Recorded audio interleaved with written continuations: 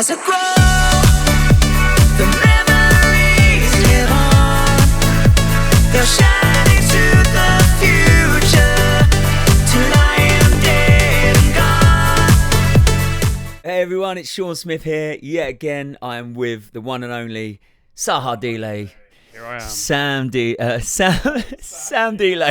Sam Handley. There's the man himself. Still talking about the brand new EP, and the song we want to cover this time is Flower in a Book. Yes. Again, probably my personal favourite for personal reasons, as well as I just love it. I just love this song, mate. Too. It's really good. Completely different with this one though. So this is bit more of an interesting story for you guys, perhaps.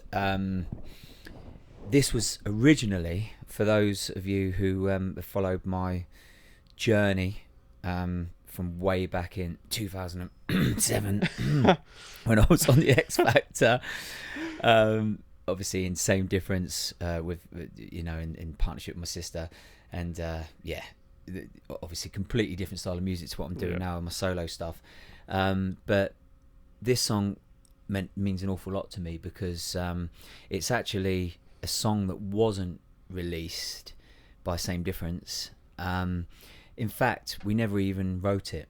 It was it was written for Same Difference, and it had a completely different flavour. It was very 2008 that kind of style, much more in keeping with the style of Same Difference, which was obviously a bit more of a cheesy pop band maybe, but by that point I think we were edging away from the cheesy pop stuff. Maybe it was more for the second album, I think, but we used to get sent demos all the time, and there was this particular demo I absolutely loved, but by then we weren't making our third album, so it kind of got shelved and we never ever actually wrote the lyrics. And I listened to it and thought it would be perfect to write the lyrics to the song around my sister, and remembering all of the good times. Sean actually asked me what I thought of it, because he's got all these tracks saved from back in the day that were never released, and he said, I've got this track. Don't remind me, it's sad times, buddy. Sad times. He said, I've got this track, what do you think of it? The vocal is vocal's hilarious. So you basically, to give you a so the way it would work was we'd get sent demos that we would write to, but it would have the top line already there. Basically a guy they'd have written the melody and everything for the vocal, but no words, so they're just na na na na na na na na na, and you could kind of hear the brilliance in it, but obviously it needed lyrics that I think people could connect to, but also meant a lot to me. And the reason I wanted to write it around my feelings around my sister in the Same Difference times was because it was of that time, so it made a hell of a lot of sense to do that. And I thought I'd finish something that me and my sister never got around to starting, which I think is a beautiful thing. I loved the idea of it from the get-go. Yeah. For me, I was like, this is something I wanted to be a part of it, like straight away. I was like, this is cool to take something that was written so long ago and just been sitting on the shelf, and turn it into something new. I remember you saying to me, like, I really want to do this one for you because I know it means something to you and everything like that. And the drop didn't actually exist. Yes, I made that later.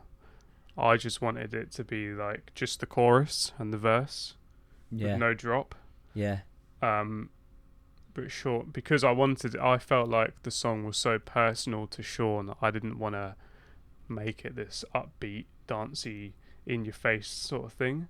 I wanted it to be more chilled and catered towards what Sean wanted, because obviously he'd wrote it about his sister and all that sort of stuff, and the past with Same Difference and everything. So I didn't want to ruin that feeling by putting an energetic drop. But then Sean was just like, this needs Saha Delay on it.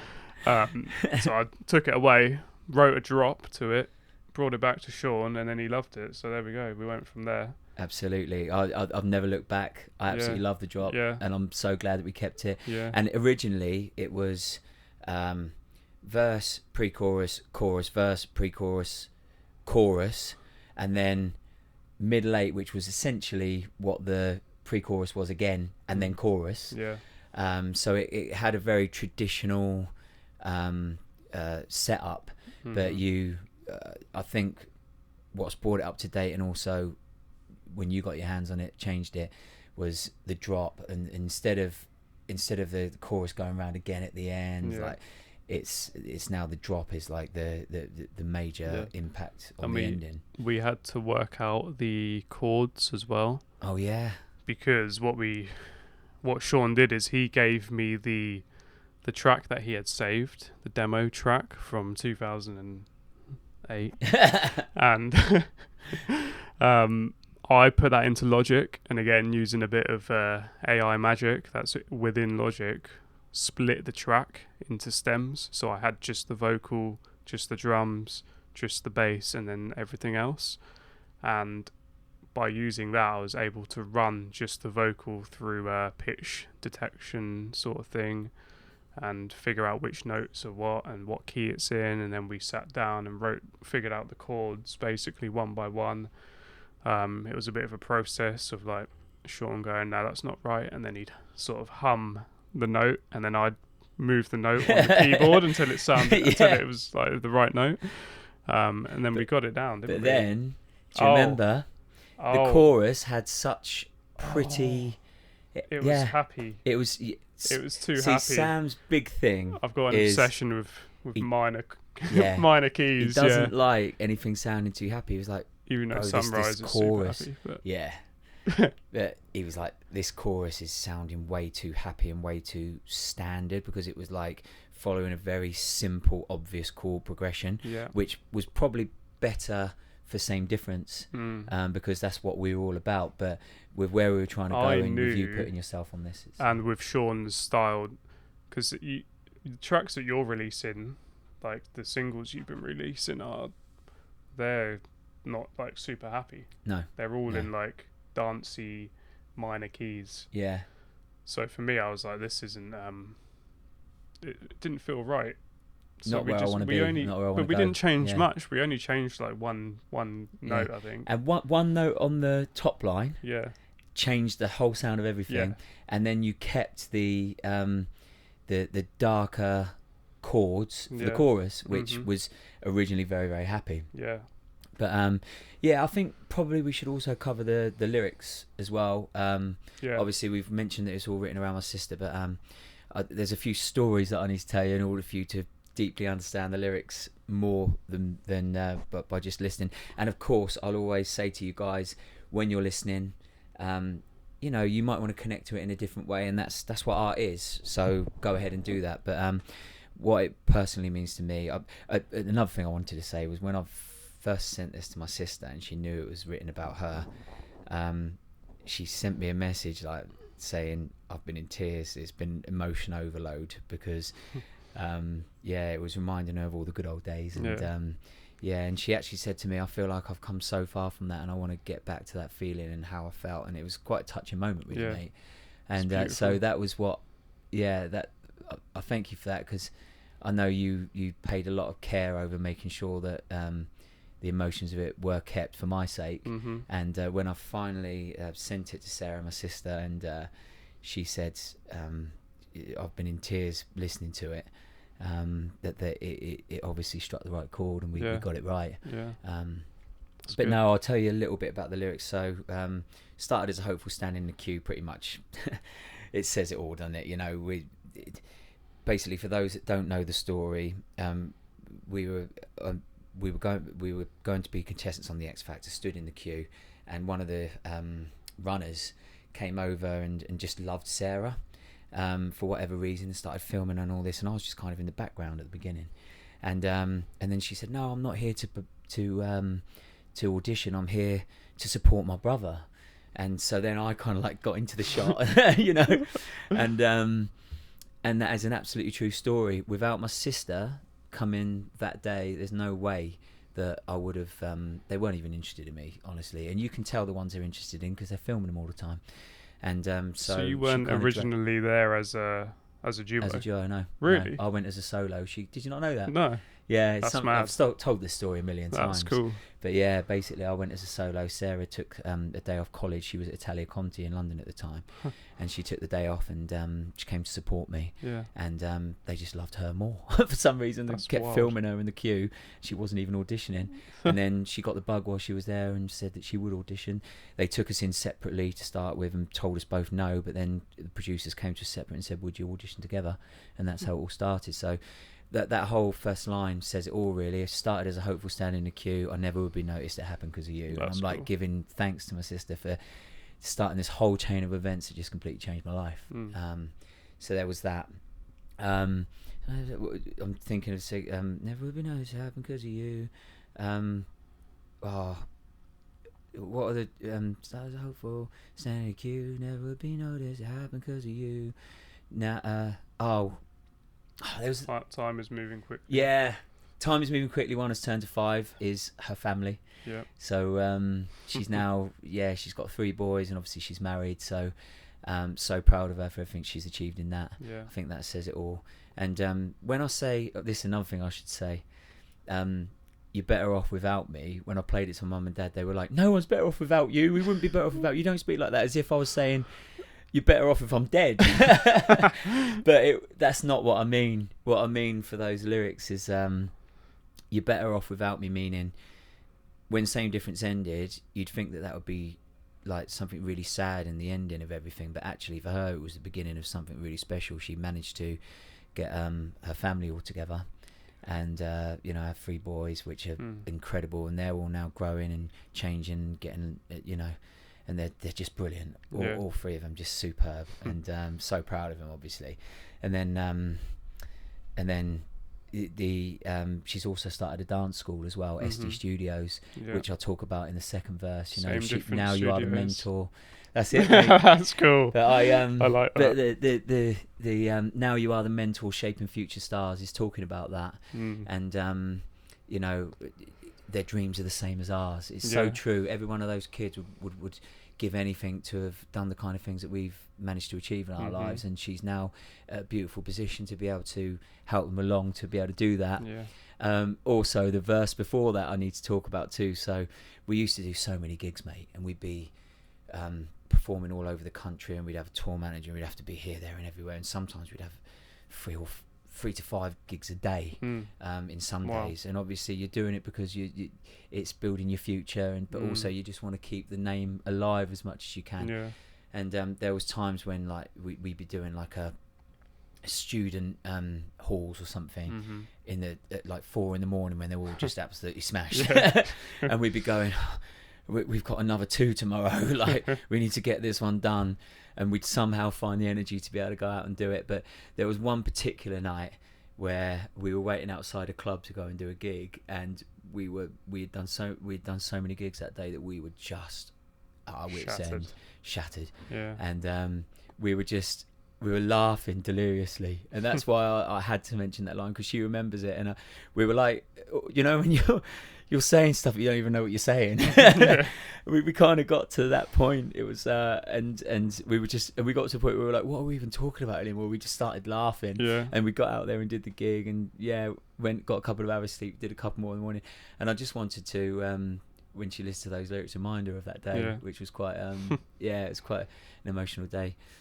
But I think the chorus is just a positive uplifting. As grow the memories divine, like I'll never forget them. And also I want to say about the actual title of the line. So the title of the entire song.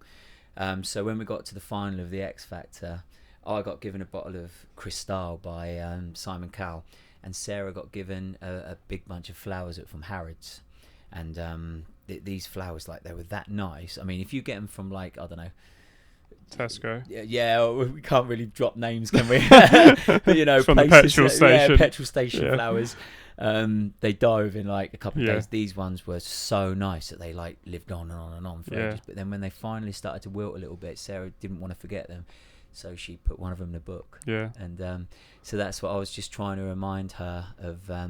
So cool. You know, the memories that we had, and I will never be Yeah. able to forget them. And The lyrics are so yeah, like so true and deep. so- It's awesome.